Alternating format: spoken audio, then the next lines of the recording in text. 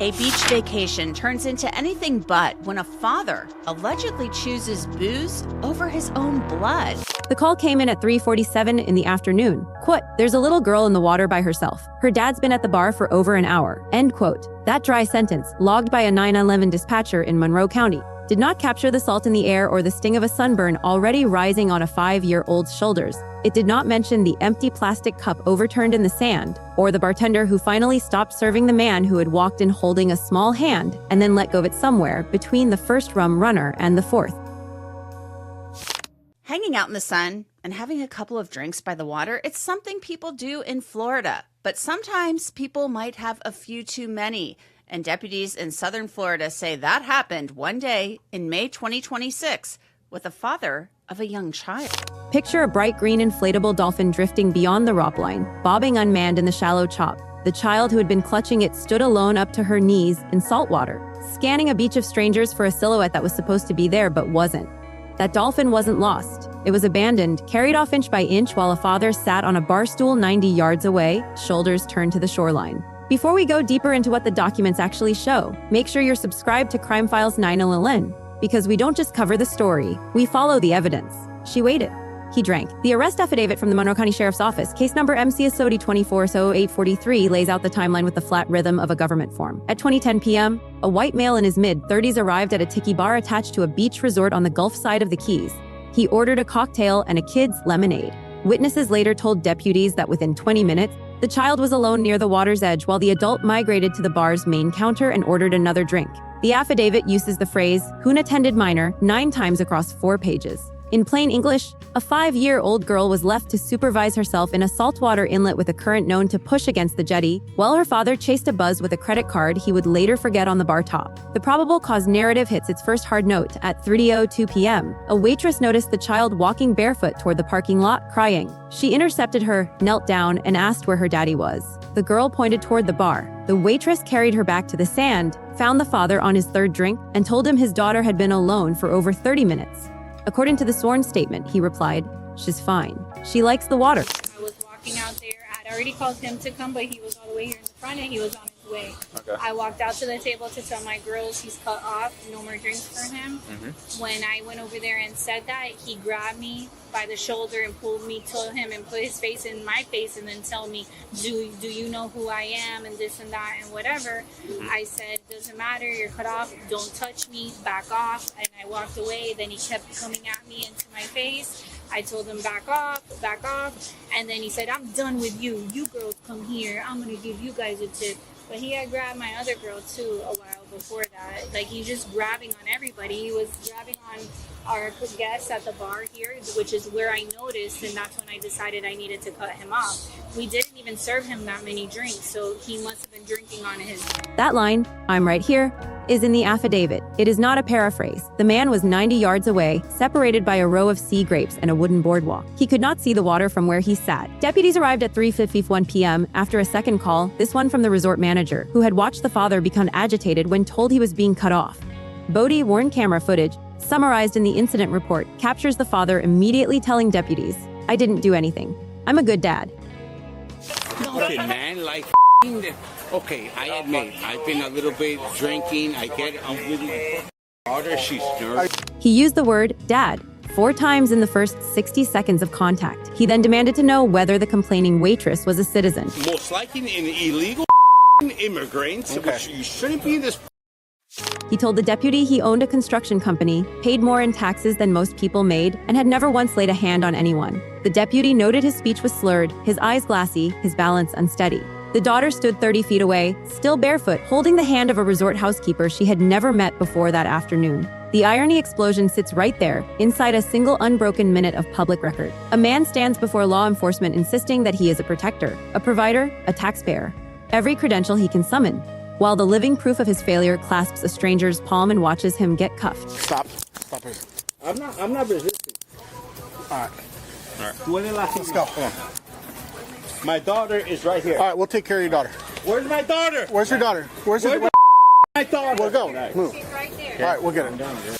The affidavit does not editorialize. It doesn't need to. It simply records that the child had been left alone in the water for intervals of up to 23 minutes, that she did not know how to swim, and that she told a deputy, Daddy said he'd be right back. A statement timestamp 2 hours after they first arrived, she waited. He drank. The parallel narrative belongs to the resort staff. 2 waitresses, 1 line cook, and the on-duty security guard gave written statements. One waitress described watching the child wade into chest-deep water while the father was ordering another round. And I noticed, like, she was in the water, but, like, he kept disappearing. And I'm like... So she was in the water by herself? She wrote, I couldn't concentrate on my tables because I kept looking over to make sure she was still above the surface. The security guard told deputies that when he asked the father to leave, the man jabbed a finger into his chest and said, "You don't get to tell me what kind of father I am." Then he turned his head and vomited into a planner. The report catalogs the damage: 1 shattered margarita glass, a reddened mark on the security guard's sternum, and a child's sandcastle stomped flat by the father's own foot when he finally staggered back to the beach 30 minutes before deputies arrived.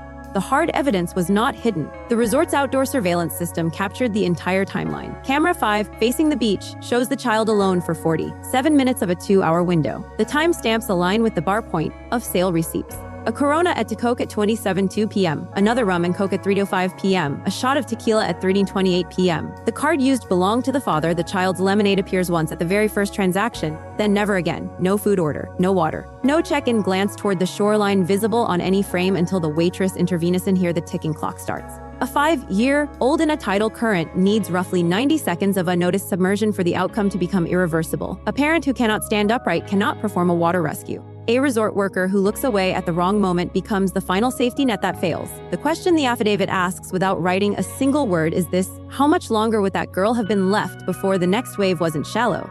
The question reframes the whole file.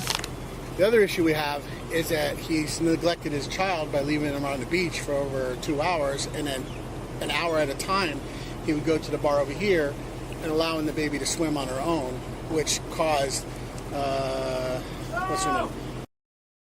Was one of the waitresses to be concerned that she stood by the child. This isn't a disorderly intoxication case. It's a near miss on a timeline that had no one else assigned to it. The father was the designated adult. He clocked out at 20:17 p.m. The tide clock never stopped. The Monroe County Sheriff's Office charged the man with child neglect without great bodily harm, disorderly intoxication, and simple battery for the contact with the security guard.